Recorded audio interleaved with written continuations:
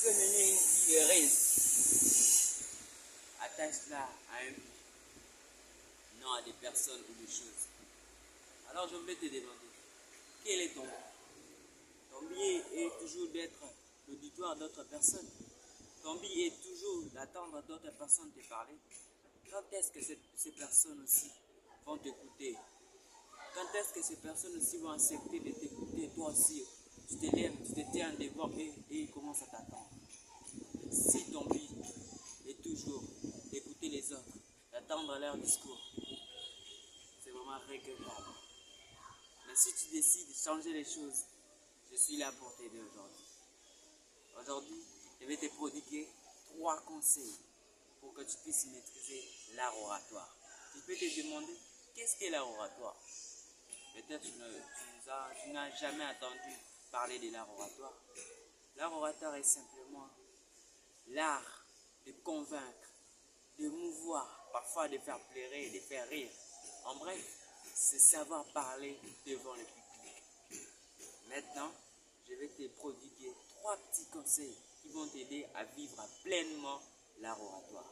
Mais avant que je commence, je te supplierai vraiment de me faire compassion parce que tu vois, je n'ai pas assez de matos et je n'ai pas la qualité d'une vidéo de la bonne qualité comme tu peux le voir. Mon studio c'est sur le toit. Alors s'il vous plaît, pardonne-moi. Mais si tu laisses un pouce bleu, tu commentes et tu t'abonnes à ma chaîne, je crois que d'ici un mois, je te produirai des vidéos de qualité. Merci beaucoup pour t'avoir abonné et laissé un pouce bleu et commenter ma vidéo. Maintenant, on doit venir au fait. Comme je t'avais promis, je dois te délivrer 3 petits conseils. 3 petits conseils qui vont t'aider à émouvoir dans l'art oratoire. Ces petits conseils, ce sont des conseils que tu dois mettre à cœur. Je te supplierai même de prendre un petit stylo pour noter si tu souffres d'amnésie ou tu oublies tellement vite. Soit tu télécharges la vidéo, bien que ce n'est pas à la bonne qualité, je te supplie de le télécharger et de te souvenir à tout moment quels sont ces 3 conseils qui vont m'aider à maîtriser l'art oratoire. On commence. La première chose pour que tu maîtrises l'art oratoire, la toute première condition ou la règle que tu dois mettre en place pour que tu maîtrises l'art oratoire, c'est la constance. Ouais, comme je l'ai dit, je n'ai pas assez de choses bien, de choses qui sont bien modernes. C'est pour cela que j'utilise ces petits cartons pour indiquer les titres dont je suis en train d'en parler. La constance. La constance, comme à tout autre domaine, il y a l'art oratoire aussi est apprenable. Alors, il exige certains critères qui vont t'aider à bien l'expérimenter, à bien les vivre, à bien discuter avec lui et être un meilleur ami de l'art oratoire. L'art oratoire exige la constance. Tu peux attendre tant de grands conférenciers, même des hommes sages, même Salomon s'il est réincarné, tu peux attendre toutes les personnes qui ont marqué l'époque dans l'art oratoire, ils peuvent se réincarner et ils vont te parler, tu peux assister dans leurs conférences. Mais si tu n'as pas la constance de mettre en place ce qu'ils t'apprennent, ça ne servira à rien. La constance est la meilleure arme que tu dois t'en procurer pour combattre la paix, pour posséder l'art oratoire. Alors aujourd'hui, toi, tu dois te munir de l'art oratoire pour maîtriser.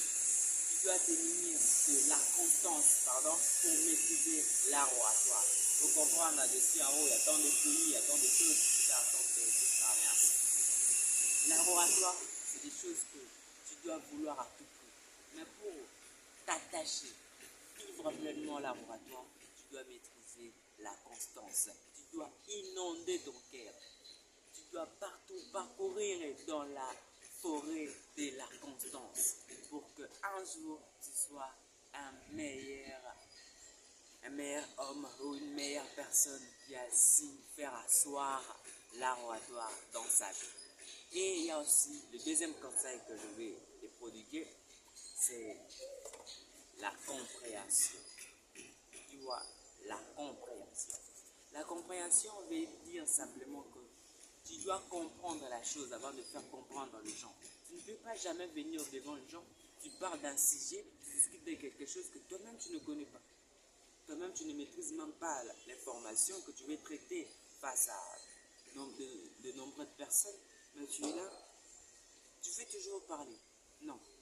Avant de dire quelque chose, avant de transmettre un message, de prêcher même, tu dois maîtriser cela, tu dois comprendre ce que tu veux dire.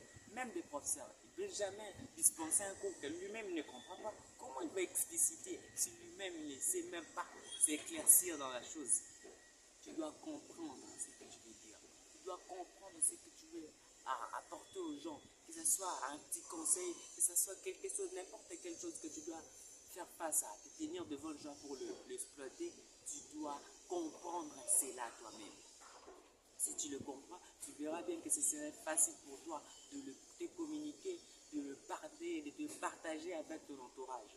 Mais si tu ne le comprends pas, toi-même, tu auras vraiment du mal à bien le dire. Tu seras là du genre, ah, la conférence se tiendra, pardon, ça se tiendra quel jour? Toi-même, tu n'es pas sûr de ce que tu veux dire. Tu commences en demandant même au public. Mais c'est toi qui es venu les annoncer et tu commences à demander, ah, pardon, ah, c'est ça quel jour? Hein? Eh? Tu vois, éviter ces choses. Si tu veux maîtriser l'art oratoire, tu dois comprendre. Comme dit Caramo, tu dois incarner ton message. Comprendre avant de faire comprendre les gens.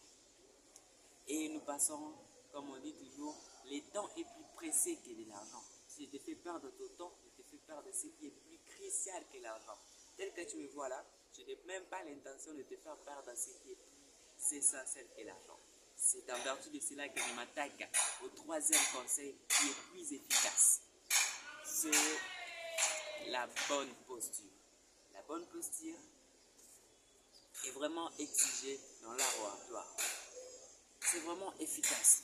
Tout le monde a besoin de te voir. Quand tu passes devant, il compte aussi. La bonne posture compte. Tu ne peux pas passer devant les gens, tu communiques quelque chose de très important, de très nécessaire même. Tu es là, déjà craintif.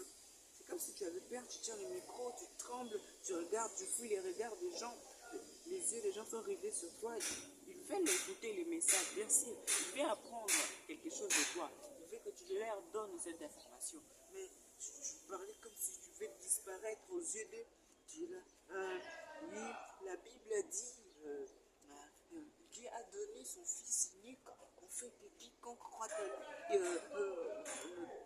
les gens vont plus s'intéresser au message, surtout ils vont se baser à ce que tu fais, à ta posture, la manière dont tu es en train de fouiller, tout ce que tu es en train de faire. Ils vont plus s'intéresser au message, ils vont plus s'intéresser à la prédication, ils vont plus s'intéresser à cette information. Ils vont river leurs yeux à ce que tu es en train de faire, à ta posture, à la manière dont tu es en train de fouiller les regards, la manière dont tu es en train de tourner. C'est comme si tu voulais disparaître, c'est comme si tu voulais directement, dans un clic comme ça, que tu finisses ce que tu es en train de leur dire. Alors, il faut garder la bonne posture. Tu te tiens devant les gens, même si tu as peur, même si c'est ta première fois, tiens-toi devant droit, tiens-toi droit, regarde-le droit dans les yeux. Tu parles ici, tu termines et tu auras à gauche. Tu parles partout, tu regardes partout. Pour l'auditoire tout entier, tu es en train d'observer tout le monde. C'est ça. Avec ça, si tu gardes ces conseils, tu verras que tu maîtriseras l'art oratoire et beaucoup de gens vont t'apprécier. Et je crois que c'est la fin de notre vidéo. Je ne vais pas te faire perdre du temps. C'est Nicolas Omana qui a présenté cette vidéo. Voici mon slogan. L'échec est la meilleure voie qui mène à la réussite. Alors, tu sais quoi? Obstine-toi.